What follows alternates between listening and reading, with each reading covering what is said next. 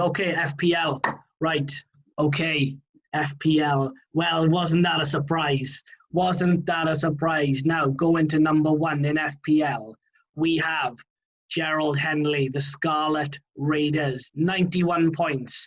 Reese. Now, I'm called making up the numbers for a reason because I'm there predominantly to make up the numbers, right? So I have very limited expectations of this. Usually after game week 1, I kind of just stop playing, but you and Becky have baited me into it, so I'm going to actually try a little bit this year. Your old man is top. He's doing fair play to the guy, right? He's doing well. There's serious competition in this league. I mean, just going through it all. Illerjan Seymour, bro, I don't know who you are, but thank you for participating. If you're in this league and you are doing well, feel free to tweet us. Like Ari Ngahara, I don't know again if I'm pronouncing your name right, bro, but again, you're doing well. Let's have a look at our standings very quickly. So, Reese, you're third.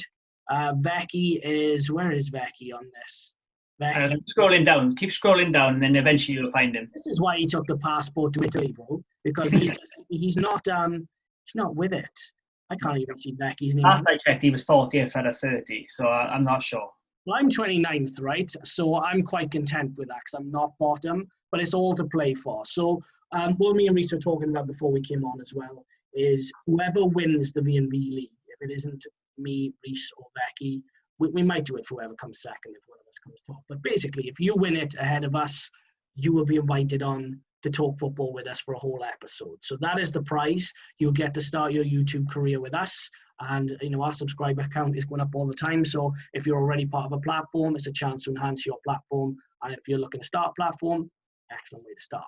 So, Reese, moving forward, game week 2 coming up. What tips have you got for the people, seeing as you and your old man are such legends at this? Well, Henry Senior's had a good start, hasn't he? But we just don't know what's going to happen. There's a few different people in our league from a few different backgrounds, and anything can happen. I think one thing that me and Vex we were talking about. He said that his top tip for this game weekend is to get your Man United players in, and your Man City players in. And well, let's be honest, the guy is mid-table at best at the moment. So I think I'm going to disagree with him, and I'm going to say that hold off is my tip for this weekend. Hold off on your Man United players. Hold off on your Man City players. I think two of the players that present really great value for money in the league are Mahrez and Greenwood, both of which are ineligible, but unlikely to play due to COVID and lockdown fears and things like that. We all know what's going on with Greenwood.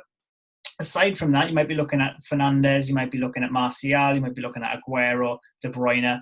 Look, they could get points. We all know Man United could get a penalty, and Fernandes could get. Will get a penalty, and Fernandes will get a penalty and could score. But look, they've got Crystal Palace at home, so we're looking at here. There are some points available, but Man United's next few fixtures, they're not so kind. They're away in their game after that. And I think they've got Spurs and Chelsea to come as well. So they have a run of games which isn't so kind. And likewise, Man City also have a couple of potential banana skins and also have tough games. So is it the right time to put them in? In my opinion, no, it isn't. But the time will come. So definitely keep your budget for them. Some good ones for this weekend, I think. If you're looking at a budget player, Callum Wilson could be good. They're home to Brighton. He's made a good start.